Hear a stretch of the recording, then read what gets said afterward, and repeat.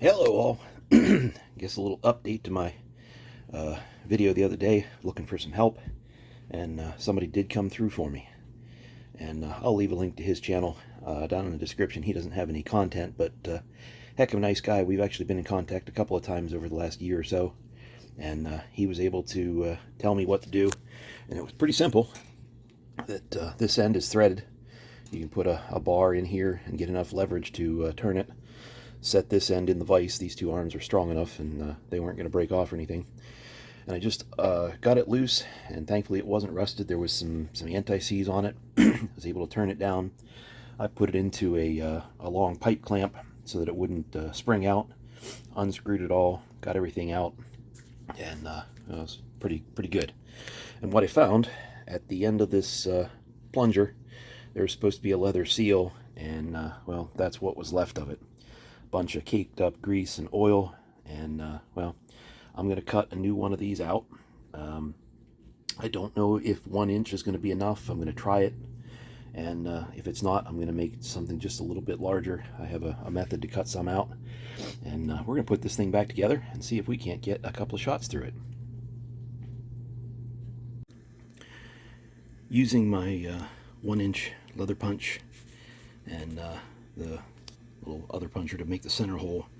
The original, I'm not sure if it was just from wear, but the center seems to have a little bit of a recess for the small screw. Head's kind of thick to hold it down in, so I made the best I could using some X-Acto knives and a little bit of patience. So we're going to get this installed, and we'll see if we can get it all reassembled and see if it'll work. Alright, new leather seal installed. Seems pretty even. We'll get her back in. Okay, pistons back in, springs back in. Easy enough to just push with my hand. I got the cap back on and taking care of the next guy like somebody did for me. And a little bit of anti-sneeze on there. Hopefully it'll work. Okay, got it back together. Everything's lined up. Got all the anti-seize wiped off. That shit gets everywhere. And now I guess all that's left is to reassemble the rifle. Hopefully the cleaning didn't hurt that seal that I made before, although I can make another one pretty easily. Well, let's get her back together and see what happens. All the pieces back together. And just showed this to my son, that the newer leather one on the right, that I did, let's get over here. I did as a test. It got a little off center, but that should be a 1 inch leather disc in there as a seal. And that little corroded piece is all that was left of the old one. And I'm going to give that to Uncle so he can see what was up with his TEL Model 42. Now this thing is really cool. It's similar to a bunch of different ones I understand, and it's very different in its own right. It's only got a few markings on it. There's the 42 on the bottom of the barrel, the name TEL right there by my thumb, and it also has a 42 underneath the cocking lever. So there was one viewer that was able to really help me out. In fact, we've talked before about this air rifle. His channel is NL, I think it's Miriellis 5109. I'm going to link him in the description below.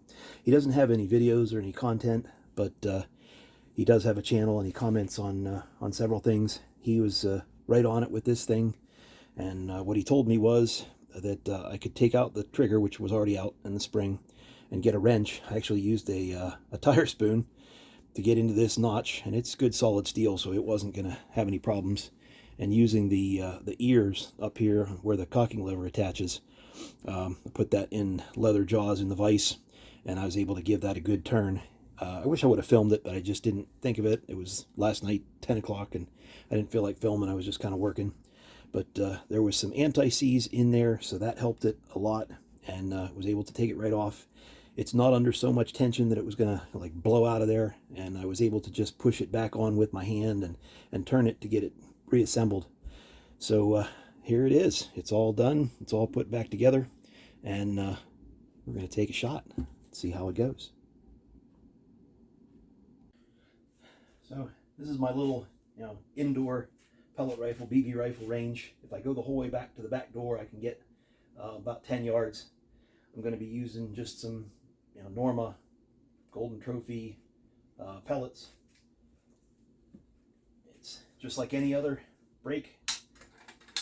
Open it up till it clicks. Load one into the port.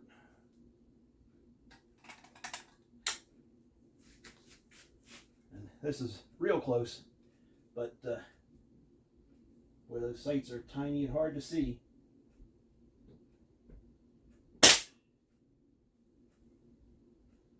Not too bad. Inch high, inch left.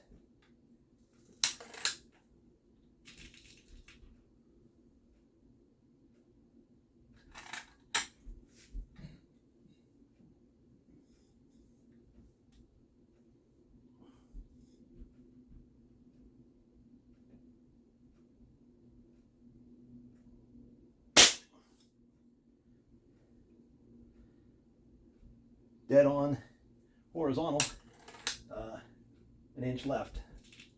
And I'm really struggling to be able to pick up these sights.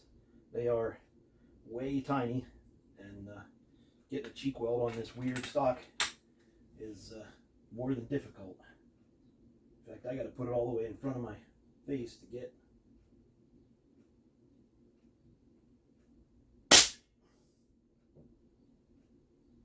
There we go. Got one on target.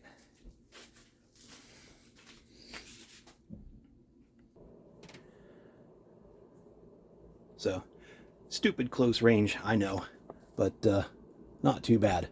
Actually got one on the little 1-inch dot, and there's, it's hard to see. I don't know if you can get it through the camera, but there's this fine spray of oil all around because I just reassembled and oiled everything.